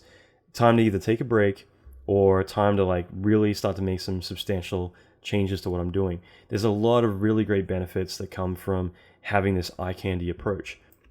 Another really important thing is multitasking. Multitasking is the devil, okay? Everyone loves to say, holy crap, I'm working on like 50 things right now. I'm really busy. I'm getting all this stuff done. You know, at the end of the day, you're really just like spinning wheels. You're essentially not getting that much done. You're making mistakes. You're distracting yourself. You're not in that flow. Instead, you've got 100 things that you're just reacting constantly to. You're never actually making that much progress. If you're progressively making 1% progress on one thing at a time over and over and over, instead of focusing on one thing, seeing it through, moving on to the next thing, seeing that through, it's the only way you're going to really make good progress, okay? Anyone who says, like, brags about, wow, I'm doing all this stuff, that's called busy work, okay? That is essentially you're giving yourself a lot of stuff to do, which may make you feel good that you're keeping yourself so busy, but you're not really ever getting to the finish line on anything. It's better to allocate time, give yourself those mini goals, and then see them through, mark them off on the list, move on to the next, move that off the list. Keep moving through progressively, get them all done. Do not just have 50 things open and expect that you're going to work as productively as you can, doing all your focus on one thing at a time. Okay, obviously there's stuff that you might, in between one thing, you switch gears to the next, and that is good. You're kind of treading water, you're jumping from one thing to the next. That's good. But if you literally have 20 things open and you're trying to do it all at once, email while you're working and you're listening in on a business call, whatever it's going to be, that kind of stuff is just not very effective, okay? So I think multitasking is the biggest thing that you need to eliminate as fast as you can. It's very important. Same thing with just taking responsibility for everything you do. I think that's very important to acknowledge whenever you do make mistakes, just so that way you're able to avoid making them in the future. But you can also take a lot of learning experience from making those mistakes. I always look at even the most positive experiences I have. I look at, okay, where could I have done better in the situation? Where were the mistakes I made? So that way I can look at really honing in on getting 100% success every single time. I find it to be very important, and I know people who are close to me in my personal life that kind of get a bit annoyed with me, the fact that even when I have had success with some things that substantial success that I've had, I'm still looking at, geez, yeah, that's great, but I could have done this better. I'm not looking at it negatively, like you suck, you failed. I'm looking at it like, yeah, I acknowledge it great, and I'm so happy, but next time I'm going to do this, I'm going to do this, I'm going to do that. It's very important, so that way I can do better the next time around. We need to actively keep progressing and pushing ourselves, getting out of our comfort zone. I think it's so important to have that, okay? One really cool thing I find to be quite useful is setting productivity reminders throughout the day. So typically every 2 or 3 hours, I'll have reminders on my phone that are set daily. You can just set it up in your Google Calendar to remind you, or on your iPhone, but you just have them pop up. For me, it was always like, are you working? Get back to work, whatever it is. But I think it's quite important. If your phone pops up saying like, is the work you're currently doing really that critical to, your goals for the day, or, just pull yourself out of that rut. Because I think that it's very easy for us to fall out occasionally where we're working and we're doing stuff, but you kind of you're hitting that plateau I mentioned. And for you to kind of question yourself, like, okay, what I'm doing right now, is this really crucial, to what I need to get done today? Or am I falling behind on my tasks? Where am I at? It recalibrates you and gets you back on track. And I think that's so important to have, is to constantly be able to calibrate yourself and recalibrate yourself to always be working as fast as you can. That's why I like having those timers, everything else. It's so quirky. It sounds like a lot of work at first, but introducing these things one thing at a time, after a while they become second nature. I allocate a set amount of time to my live list that I mentioned, and then when I go to do it, I set my timer. Okay, this is a 2-hour task. I've set my timer for 2 hours. That way, I've got the fire under my butt. I'm going to get it done. So very, very crucial. And lastly, another thing that I've done from time to time is actually set a different timer, one that I might have like above my screen or whatever, but that's the countdown for the day. Okay, so it's more the big picture, the big vision. Okay, and I've had this where it's more something so I can look at, okay, I've got all these mini tasks, I'm working through my day, I'm hitting all my marks, but there's only 3 hours left in the day. I've got a whole butt, like I've got a whole ass. I got to get this stuff done. I think that's very crucial to be able to kind of see your big picture and know, okay, I've only got this amount of work left in the day. Maybe I need to reprioritize what I'm getting done so I can hit my end goals, my desired goals for the day. Okay.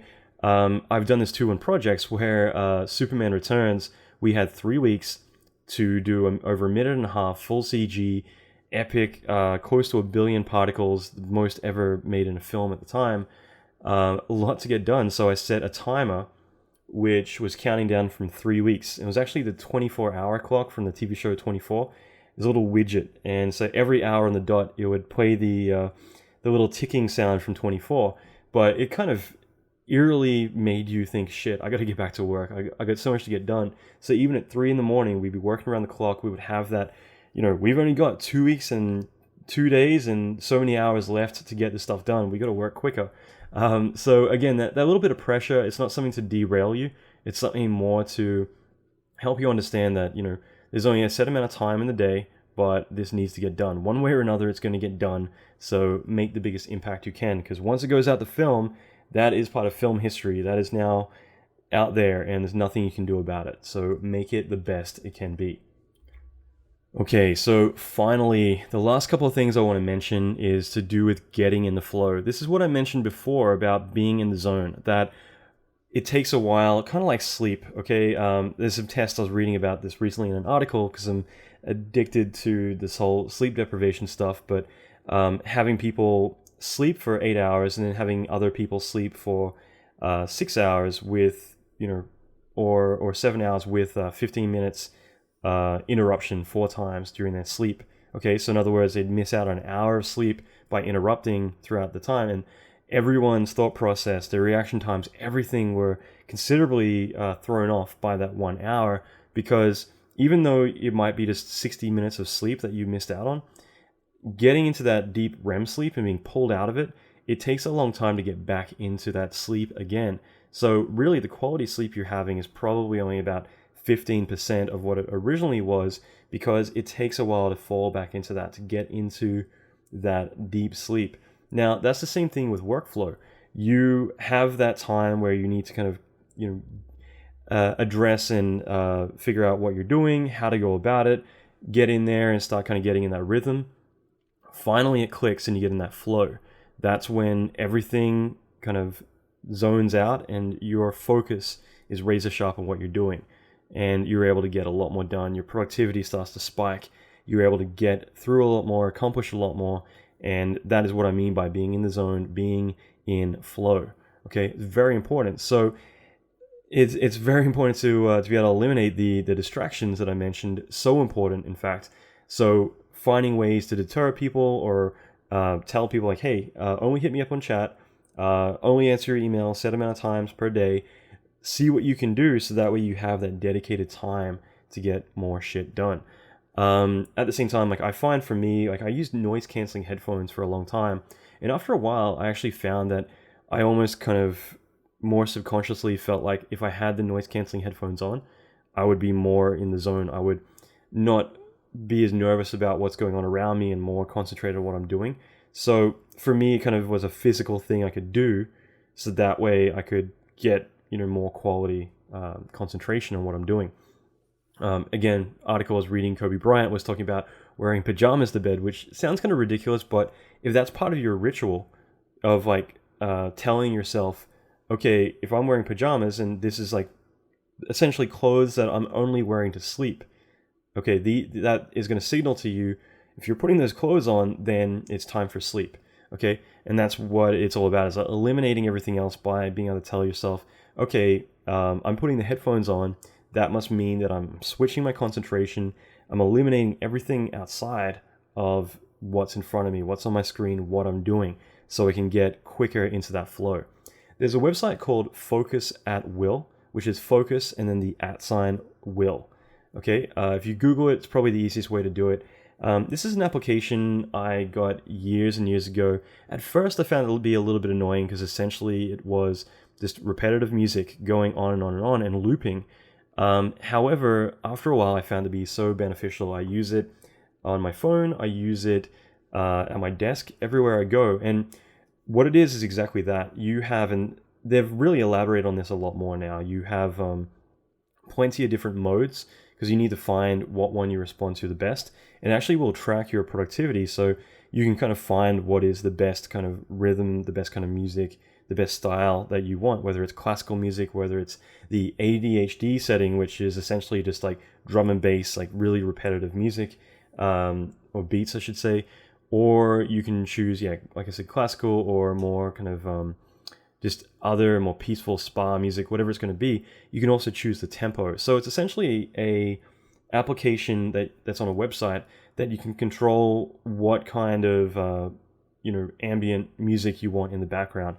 The thing is, obviously, no vocals, repetitive music, and it will seamlessly switch from one track to another over and over infinitely. So it means that you kind of just zone out, you forget the music you're listening to, and that repetitiveness is what's going to help you kind of just fixate on what you're doing. I find it to be very effective. You get a free trial, I think it's for 20 days or something. After that, like, I forget, it was like $5 or something. I'm sure it probably costs a little bit more now, but when I got it at the time, it was like $5 for the year or something crazy. So that is something also they've been experimenting a lot over the years, adding like all these different modes and different types. So you can really find stuff that fits what you respond best to. And like I said, you can track your productivity and your progress. So it can be really cool in that sense too. So Focus at Will is a really good site for being able to get just more kind of in the zone, into your flow with just repetitive music. Another thing that you can look more into, I read about this years and years and years ago, kind of more when I first kind of got into this productivity stuff when I was 19, actually. And this was that I found, at least for me, being able to listen to music, let's say if you're listening to a lecture or a TED talk or whatever it's going to be, doing that, especially for more thinking stuff, like modeling, stuff like that, I find to be more creative, and there's thinking involved, but it's less about, trying to break down math or break down problem solving. That sort of thing, like vocals for me, disrupts me completely. I found though, and it's really uncanny, but I believe this is to do, and you can research this, but if you're right-handed, then listening from your left ear, if you set the balance on your phone or on your headphones to your left ear, you can actually concentrate a lot more. It doesn't interrupt you as much. Whereas if you were hearing from your right ear, it actually disrupts your workflow completely. So this is a really interesting thing to experiment with. And at first, it was something I read. It was just like one of those kind of uncanny facts. But it ended up being something that I found to be very effective, that I could listen to audiobooks while I'm working, while I have focus at will on both ears, audiobook just on my left ear, whatever I wanted. It actually worked out really well, and I still use it to this day. Now, like I said, that's the one thing I could go and do the research for right now, but essentially, I believe it's, if you're right-handed, it's your left ear. Otherwise, just look it up, but experiment with that. Maybe you find that your right ear, that you're able to kind of block things out a lot more. You can hear it, process it, but it isn't interrupting your thought process. Either way, play around with your balance in your headphones and find what works best for you, so you're not like, anytime you hear words, it doesn't just throw everything that you are thinking out the window, okay? Something to play with. At the same time, there's been a lot of experiments, and I've had a lot of discussions about this, but green is a really effective color for concentration. So much so that I've, for over a decade, changed all my window theme colors, everything that I type on, to always be a green color. And same thing with my viewport backgrounds. I had an interesting conversation about this recently, where a friend of mine actually did a big study on this at university, and essentially my whole take on it's always been that green is soothing. It's to do with nature. It's typically a color that makes you feel a lot more relaxed, so it's really great for increasing productivity and focus. Now, that's also why you always hear about the green rooms when actors, waiting to go on a talk show or to do any live performances. They're always sitting in a green room. It's a very soothing color. What I found to be interesting was just more that it goes back to the colors of the jungle, the colors of nature, and that typically monkeys and other animals have always found it to be, soothing part of their environment. That was something that I talked to one of my friends about recently, and he had a lot to talk about, which was great for me. It just kind of was something to elaborate on more than what I'd kind of read earlier on in my life and kind of found to be very effective for what I did. But, that's something that I'm not going to go too much more on, other than, for me, it's been a very effective thing to actually have green as a color to kind of work from in my environment. As to the additional studies and everything else that I mentioned, that's something that is a little bit outside of my area, but it was kind of interesting to hear that validation of what I'd been mentioning. But the main thing to take from this is the fact that you can use colors like green that surrounding your environment, what you're reading or what you're looking at with this color has been really effective. I actually remember working in 3D Studio DOS back in the 90s, and I found that I could work for hours on end. I could work 24 hours no problem. When 3D Studio Max came out, it was really interesting because I couldn't concentrate for more than an hour or two at a time. And that, I think, is where I started to think about this. And it was more the color, the contrast, something about it, it was very different from the darker kind of gray colors. It was more these bright colors. And it just always deterred me from concentrating. I needed to take breaks constantly. So that's when I started to research this stuff in around the year 2000. And I came across green being such a color. And that's where I kind of picked out a specific color that I've used to this day. It's more of a teal turquoise color, but that's just always allowed me to kind of focus a lot more and do the hard yards, those hours, without ever being kind of annoyed and needing to take a break. So it was just one of those transitional things that I had noticed very early on that I needed to do something about to kind of increase my productivity again. So that is it for this. I wanted to cram in as much as I could. There's actually so much more I can put into this subject. I was so tempted to break this up into multiple episodes so I can elaborate further, but for now I'll resist. However, what would be really important is to check out the show notes. There's loads of referenced material in here for you to look at. More importantly, I've left just on a scale of 1 to 10, how effective was this material, kind of little questionnaire bar. If you can, I'd love for you just to, click between 1 and 10 on the show notes and say how useful was this material to you. Just so that way I know if this is stuff that you guys really dig, because I have the potential to bring on a lot of really amazing artists and speakers to talk more about these subjects, and I've got so much more, a lifetime of content I could really knuckle down and focus on a few specific areas to do with this subject. Lastly, I'll be sending out some more articles and additional PDFs of other free material to the insiders list coming up in the next week. So 2 weeks ago, I sent out an article exclusively to the list on how to successfully negotiate a promotion and a raise, which involved various case studies recently, which had all 100% success rates. And the coolest part is there's been in the past 2 weeks a lot of people applying this to their jobs, getting a very high success rate from artists of various big studios as well as video game companies, getting a lot more of a pay increase as well as promotion to the job status that they wanted.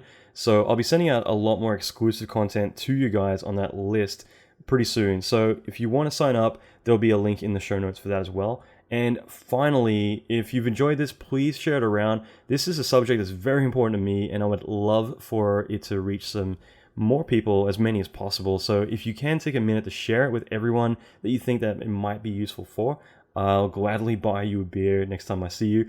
Okay, so that's it for now, guys. Thank you again, and hope you enjoyed this. Next episode, I'm going to be interviewing James Bennett, who is a amazing character animator from DreamWorks, from Weta, from ILM. He's worked in everything from Iron Man 2 to Avatar to, God, pretty much everything, King Kong. He is one of the co-founders of Zerply. If you haven't heard of Zerply, it is pretty much the future of how you will be finding jobs.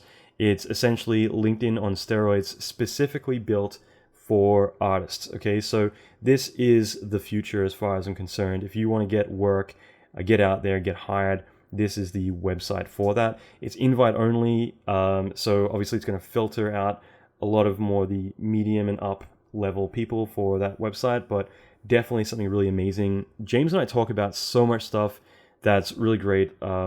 He's pretty much word for word said a lot of the same beliefs that I've had as well. Really amazing guy, really insightful. So I'm going to be posting an interview with him who's going to go through a lot of how artists are doing the right things and the wrong things with finding work, talking about Zerply, talking about a lot of his experience, as well as just a lot of really amazing career advice. So check out that episode, which will be out next Monday. So that is it for now, guys. Thank you again for listening, and leave a comment. I'd love to hear from you. I'll reply as soon as I can, and that's it. Rock on, guys.